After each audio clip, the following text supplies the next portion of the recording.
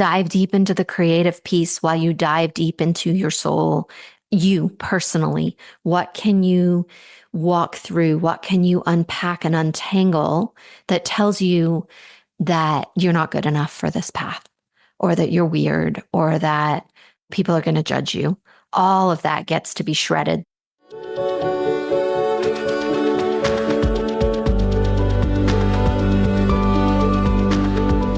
We've all come here with a divine purpose, traveling on a stream of cosmic dust from the stars into our mother's wombs, born into this precious life. It is no accident that you are here, my love, on earth, in this moment, in this body. You are here longing to find your place, to align with your purpose, to embody your passions and to live into the dreams of your heart. Yet so often we get caught, suspended in the tangle of life, not able to move forward, not able to find solace and comfort in a world that has forgotten the truth of our existence. As we begin to remember, as we peel back the layers, as we come together to uncover our unique gifts and reconnect with our authentic selves, we are able to see another way of being, a new possibility, a different life waiting to be lived. I have experienced on this complicated and wild journey of life that when we connect with the story of our soul, it will show us the magic of this life that we have been missing. It will open a window into the very heart of who we truly are, of who we came here to be, and gives us answers to our ever-asking why. Hello, my beautiful souls, my loves. So good to be here with you again for another episode as we are approaching the winter solstice time. It always just feels so magical for me, and I love harnessing the power that is available, right? The goodness, the incredible magic that this time offers, and spending that little bit of extra time in meditation or quiet and stillness, listening to something that soothes your soul and really nourishes you, taking that extra time to plan what you're eating as a way to nourish your soul, to nourish all of you, and to bring you closer to the unseen world in these short days and long nights. And as we dive into this episode, that really is about bringing balance to your life and to your purpose. Really checking in with yourself and asking, are you loving yourself in that deeply purposeful, radical way that only you can, right? So often we look outside ourselves for what only we can give to ourselves. So I invite you into remembering that you are the one you've been waiting for, my love. You've always been there, quietly sitting on the sidelines, just waiting for you to notice. And what a perfect time. There's no time like right now to just give yourself a hug. And as you listen to Angelena and I have this really beautiful conversation about how she can balance leaning into her purpose with meeting the needs and obligations of her quote unquote real life. She feels her soul calling her forward to do more. And she's really ready to listen and to grab a hold and squeeze tightly and do all the things she needs to do. Yet she still has to manage her job, her family, her financial concerns. So these real life circumstances, right, that go on alongside us really feeling this calling deep in our heart and wanting to follow it. But how do we navigate this terrain where both things are happening? And so we talk about Angelena following the flow of her creative energy to allow the stages of the transition to be more easeful. And this is something that all of us can do, right? Really lean into what feels open at the moment. If you can learn to really discern, there will be things that you think you want to follow, but they feel really closed. And then other things will feel really open. And the more you can discern that and the more you can lean into these open places, the easier life flows, right? The energy can flow in. And even if it's not the ultimate thing that you're moving towards or where you want to be, it is the thing that will get you there. It's the stepping stone. We also, in our conversation, look at being so committed to your purpose that it is bigger and more important than what other people think of you and what you're doing. Vitally important, right? We cannot get ahead if we're overly concerned about what other people think of us. It just doesn't align. We need to be committed to ourselves and to this journey that we are on. We look at valuing your gifts and talents and letting yourself receive abundance and joy from the universe, because so many of us are givers and we have never learned how to receive. And it has to be in balance, this bringing back this balance to us. We also talk about dismantling the belief that you cannot love what you do and have fun and get paid for it. It's time for that to be done. We are here to do what we love. This is the way our soul is lit up. This is the way that we create our lives, in the way that we're designed to live in joy and love and laughter. Yet we have to be willing to dismantle the beliefs that tell us otherwise. We talk about addressing your stories, programs, and patterns so that you can free up valuable life force energy to help you create a life that sustains you. And we dip into how your caretaking of others is getting in the way of you caretaking yourself. And we look at how you can stop saying yes when you really, really just want to say no. So enjoy this beautiful call. I love you. Hi, Angela. Welcome to the podcast. How can I help you today? Hi, Sarah. So I guess I had a couple questions about my purpose and how that looks in real life, and also how to balance it with real life, like my job, where my money comes from, my creative thing that I love to do that brings me so much joy and has me in flow. And then also that deeper part of my soul that really wants to express itself in the world, and how I can be of service not only to others, but to myself as well. So, yeah. Thank you. So when I feel into you, what I feel is that part of why you're in this confusion right now, or maybe confusion's not the right word, exploration.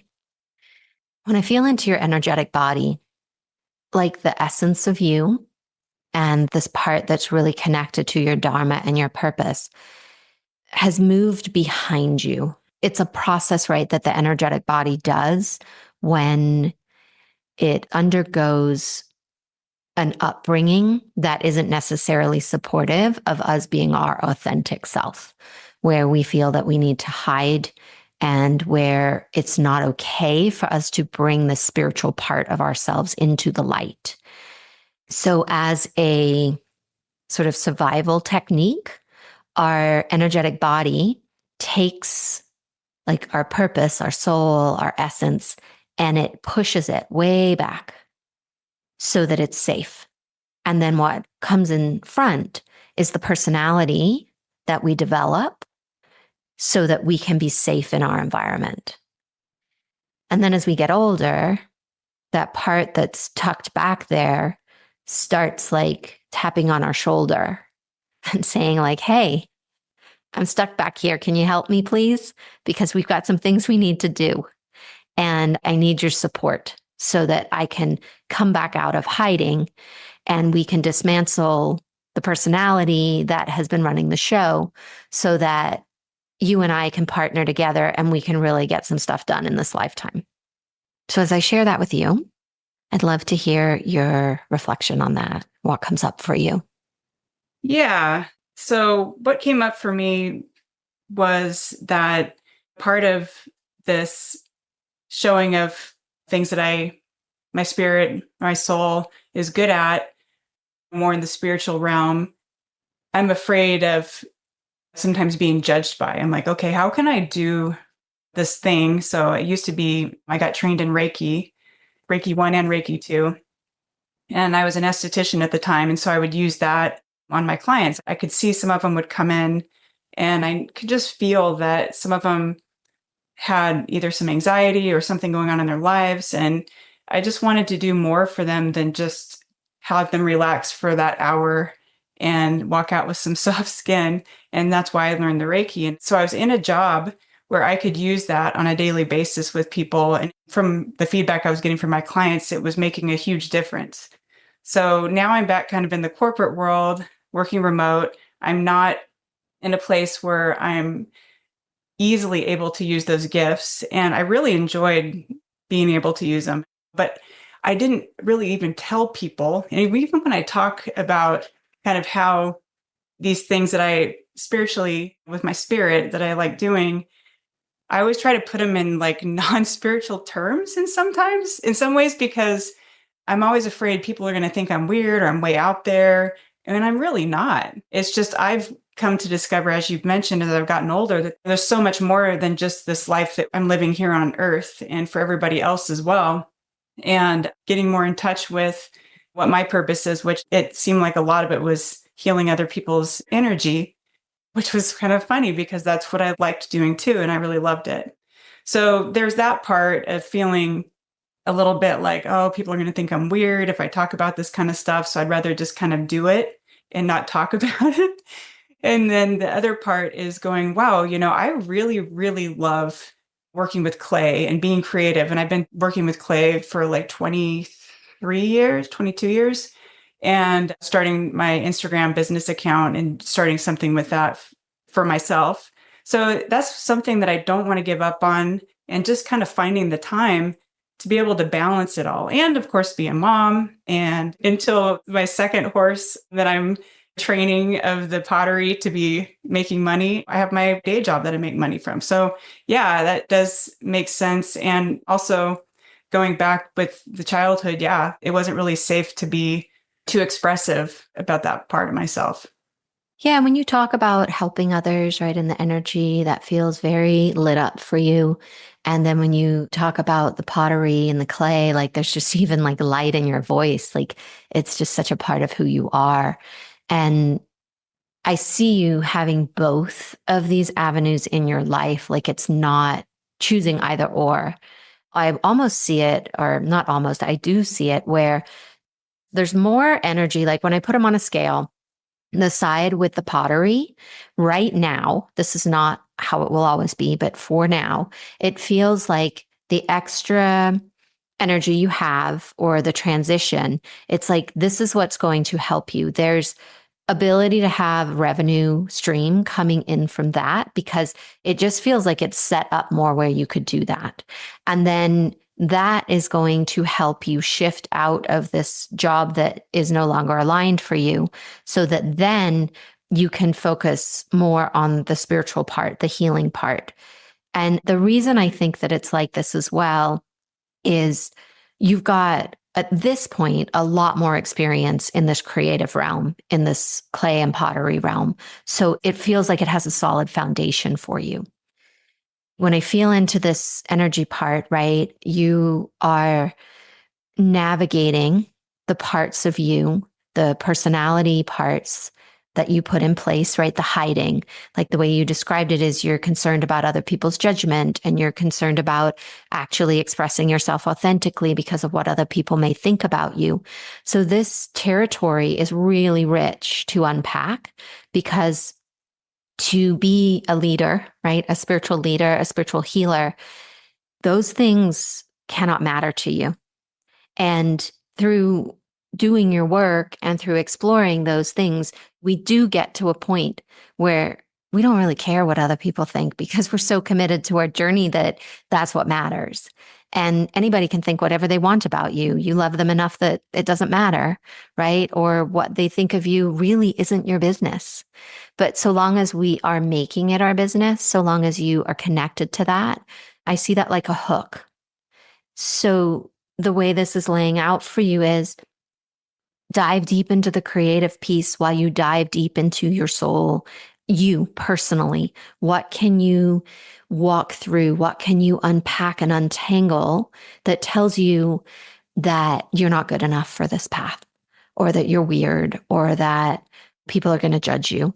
All of that gets to be shredded. That's the personality you put in place to protect you from your childhood. And your soul is like, yeah, we got to clear this person out so that the true, authentic you can stand in your earth suit. And I see it like as a process for you. It's a journey. And the creative, like focusing on this creative art piece as you are on your healing journey, your soul journey, you're exploring and excavating. The way that you are then helping others is just going to be a byproduct of that. It's going to come from you as you unpack. You're just going to have so much more to give and share. So it's like stages is the way I see it for you. So I'd love to hear your thoughts on that. Yeah. You know, what's really funny is just that going back to that part of just not wanting to seem kind of weird or out there to people. I don't feel that way with my art because it is very weird. Like I mean, just very weird. And people are like, what? But I mean, it gets a reaction out of people. It makes people have a conversation. It makes people think. It makes people laugh. And so I'm so not afraid for people to think that I'm weird with what I do creatively. In fact, it's almost like a compliment if they think I'm weird. Because I look pretty normal on the outside. I'm just a mom and a wife and have this corporate job. But yeah, my art is like out there and a little inappropriate sometimes.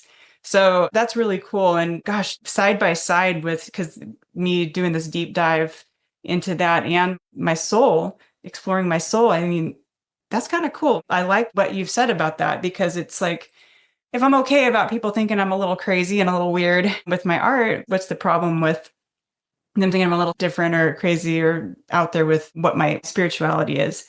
I think sometimes I just worry about not being able to help people as much or turn off people's thinking when they're like, oh gosh, she's like one of those crystal people or whatever.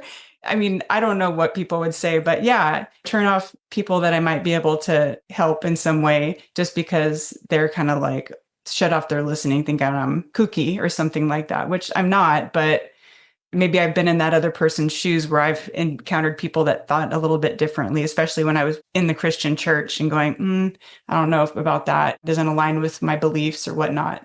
So yeah, I guess coming to the place where it doesn't matter if they're going to think what they're going to think, and they're still going to see me living a life that's kind and loving and compassionate to them, no matter what. Yeah, I love your connection of that. And you've got so much more experience in your art, right? You're grounded in it. You're like, this is me, this is my expression. And so what you think about it reflects how you think other people think about it. So everything is a projection. So as you're moving into this newer realm for you, right? Like this expanding, this awakening that's happening for you, I would offer that what you think other people are thinking is actually what you are thinking, Mm, right? So if you have doubts, you're thinking, they're thinking, you're this, you're the one who's actually doing the thinking. So those are your beliefs. Those are your stories you tell yourself. Those are your beliefs that you're attached to. And what's beautiful about this perspective is that, well, you have total control over what you think. yeah. It's funny because I always think of it as like, this is my way of being like self-aware, but maybe it's being self-judgmental, you know? Yeah, it's a human condition. So you're not alone in that. Yeah. But yeah, it is all connected into that, right? Like where we judge ourselves and how you're not far enough along the path and you don't know enough and you don't have a way to meet people or people will think you're weird. It's like all of that falls into judgment. Yeah, it does. I guess the other part of it too, and we've chatted about it briefly before, is with some of these things that are gifts and they come easy to me, like the creative stuff, the pottery, and with like the Reiki and things like that. It's hard for me to charge money for things like that. It always has been. My husband is like, oh, you never charge enough for the things you make. And I always think, well, it's because it's easy for me or it's fun or I enjoy giving. I'm such a giver. Like I love gifting things to people. But if I'm going to be making a living doing what I love doing, I'm going to have to charge. It's not a charity.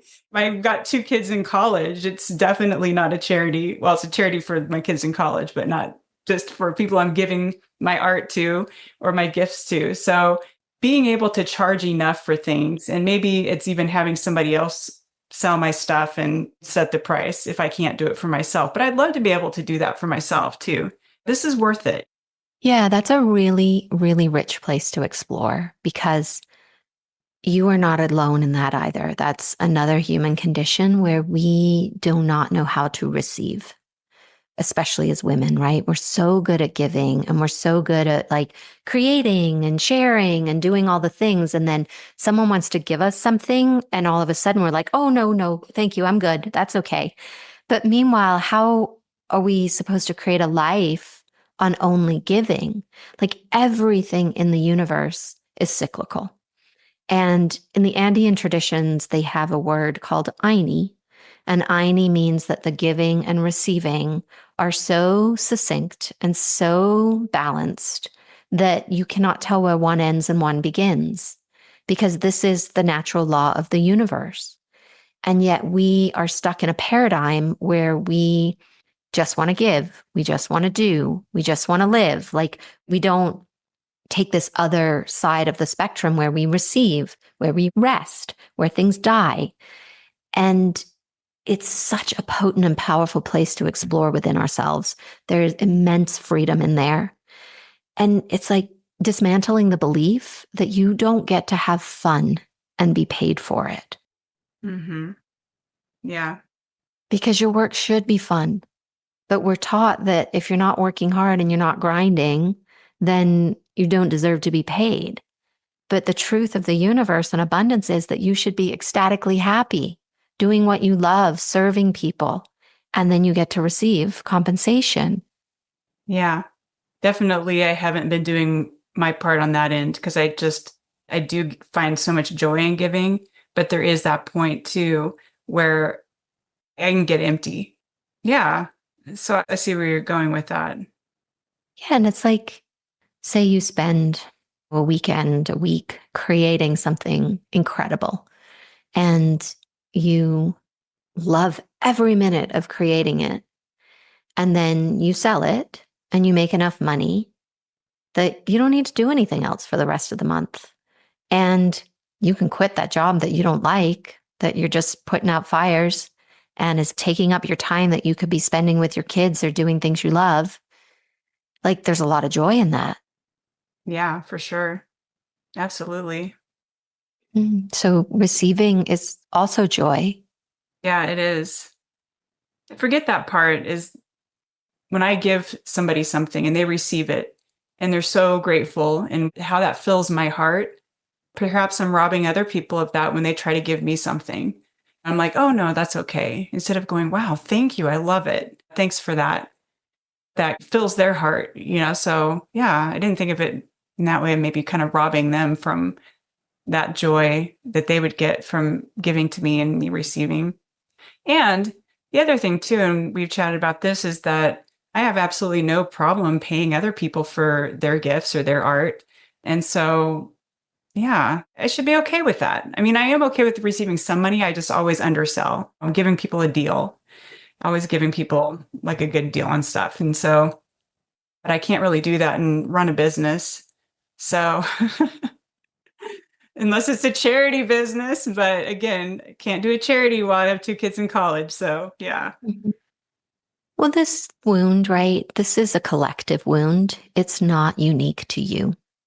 This is a wound that's shared with most people on the planet. I would say specifically women and probably anybody in a minority situation is where we are devalued, right? Where we are conditioned to not receive what is sustainable for us, right? I don't even think it's like a lot of times we talk about, well, being paid what I'm worth.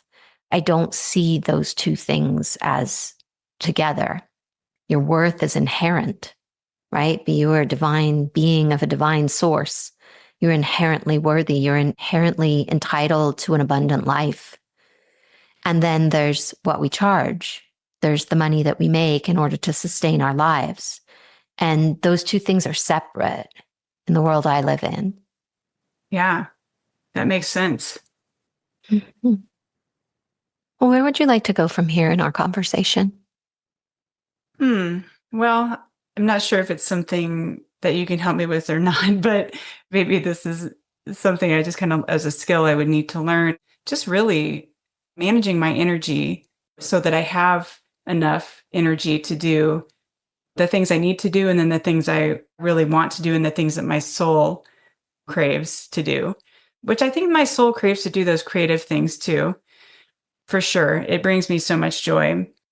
So I think it's just managing my time and my energy so that I do have enough to go to all those different areas in my life, and to be a mom with my kids and my friends and my husband, have relationships. So there's so many different things that majority of us juggle, especially if we're working.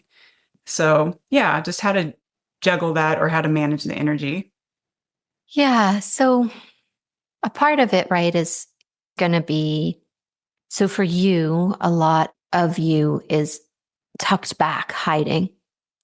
And that's going to prevent you from a deeper relationship with yourself and therefore life force energy.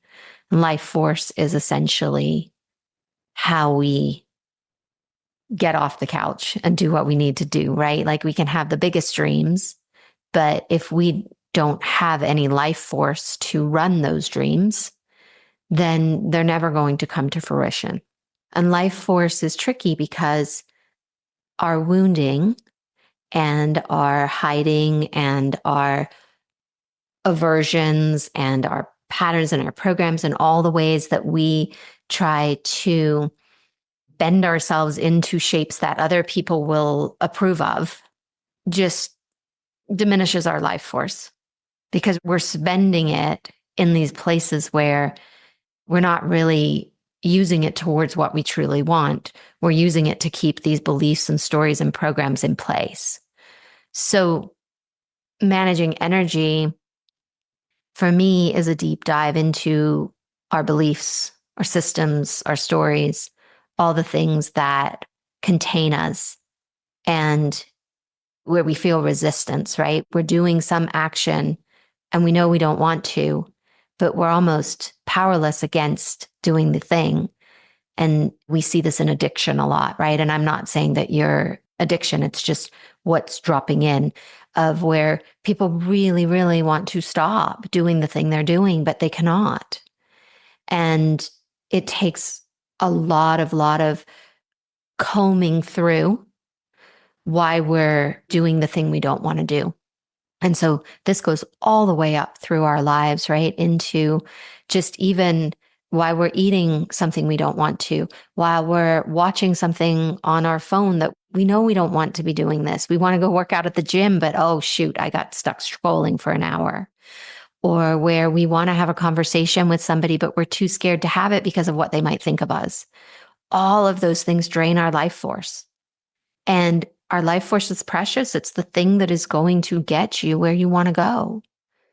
So for you, I see it as really going into this part of you that is pulled back and hiding and coaxing her out, bringing her forward, giving her new beliefs, giving her new ways of being, right? Boundaries is a word that's dropping in for you. Where are you not setting appropriate boundaries in your life? This is going to free up life force that is then going to allow you to create and study and be more intertwined in your life in the way that you want to be. Yeah, you just hit it right there on the head. And I can see where a lot of times I'm doing something, even with people I really like, and they're great people, but I'm wanting to keep people happy. I'm wanting to make sure I say yes to doing things with them so they don't stop calling me and quit asking me. And so a lot of times I'm like, okay, yeah, I'll go to trivia night with you, because they're like, we need one more person. You'd be perfect. And then I'm like, why'd I commit to this? Like, I end up having fun, but I'm not really doing the things that I know is going to drive me forward with the things that give me so much life energy. So boundaries, that's a huge one. Yeah, for sure. And it's going to be right looking at in those moments. So, using this as an example, like your friend calls, we need you for trivia night. You are like, oh, I don't want to go. And then you're like, okay, yes. Looking at what happens in that space, right? There's going to be thoughts, emotions, beliefs, stories that all are compacted into the space between your yes and your no. And it's pausing long enough, and you don't have to do it in the moment on the phone, right? But like you get home after trivia night, get out your journal, write the feeling no, and then on the other side, yes, and then explore what went on. I was a no, but here I am. It's 11 o'clock, and I did not create the way I wanted to. So, really, that territory is so rich. There's a lot that went on in that small space of time. And that can really give you a lot of insight into why your energy is leaking out in those places and why you're not sticking to the boundary that you set. There's going to be a lot of unconscious programming under there. Yeah. I've just had a whole flood of thoughts as you said that. So, yeah, something I need to journal about, or even like I want to journal about it. I want to figure out kind of what's underneath all that. One of the things, and I, just for time's sake, keep it short, but I think that one of the things that happens is I think to myself, like, if I keep saying no, then they'll stop calling me and asking me if I want to join. I'll lose a friend. I want to keep this going. And it's really all those relationships that I'm trying to juggle and keep going. As I mentioned, 2 kids, my husband, my friends. And then of course the other things I'm doing. So how do I just kind of prioritize those things? And then if some of the friends fall away, they fall away. Yeah. Well, what I notice, right, is there's this really incredible part of you that just wants to take care of everybody. Yes. And she showed up just now in being concerned about the time because before we started, I mentioned that I would watch the time, right? You didn't need to be concerned about how long our call is. And yet, this beautiful part of you still is concerned, like caretaking and making sure everybody else is okay. Where this call is about you. Who cares about the time? So, her right there, this incredibly wise part of you that is just misguided. She's caring for people in a way that gets you caught in places that you don't want to be. And so, how do we nurture her so that that loving, caring wisdom is all for you? Yeah. I think really taking responsibility for my calendar is kind of probably the most important key thing. Like actually maybe even printing out a calendar that I physically write everything on in blocks of time, because maybe I'm just not being as responsible for my time. And then it's like, oh, it's free time. It doesn't have something scheduled there. So, well, I guess I have time to go to trivia.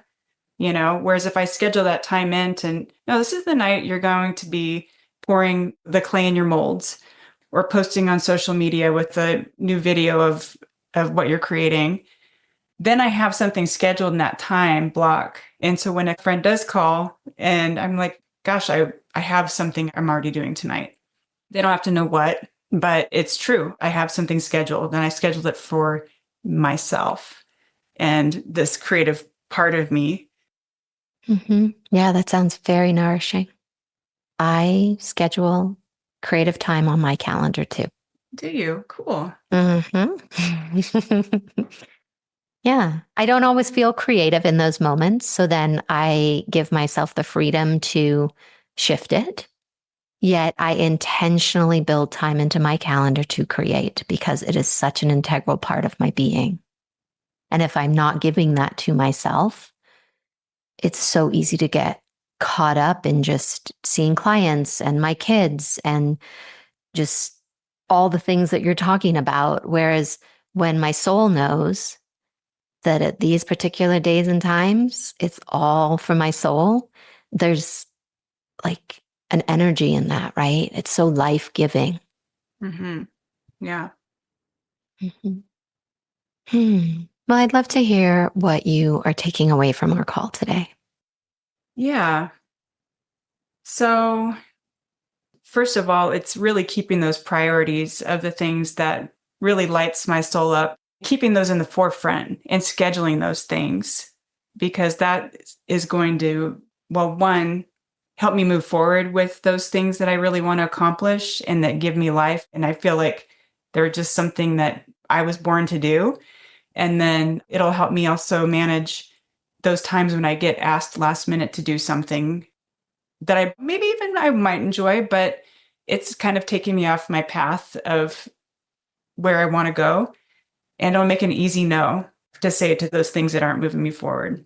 But also to schedule time that I can give to those relationships too, because there are definitely so many benefits to just getting together with friends and laughing and hanging out with my kids and my husband. So I think really the two main things is boundaries and prioritizing or actually having responsibility and taking responsibility for my time and my calendar.